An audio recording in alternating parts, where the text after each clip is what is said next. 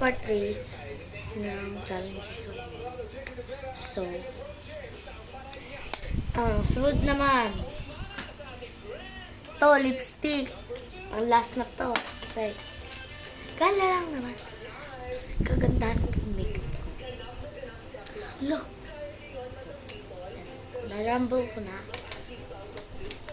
utang na mo. But 8, apakarami. Babalikan ko na kayo. So, ayan. Malagay na tayo. 1, 2, 3, 4, 5, 6, 7, 8. Ayan. Apakarami, diba? So, i-build na lang natin. So, inopen ko na yun. Tapos, ito na sa labasan. Ayan.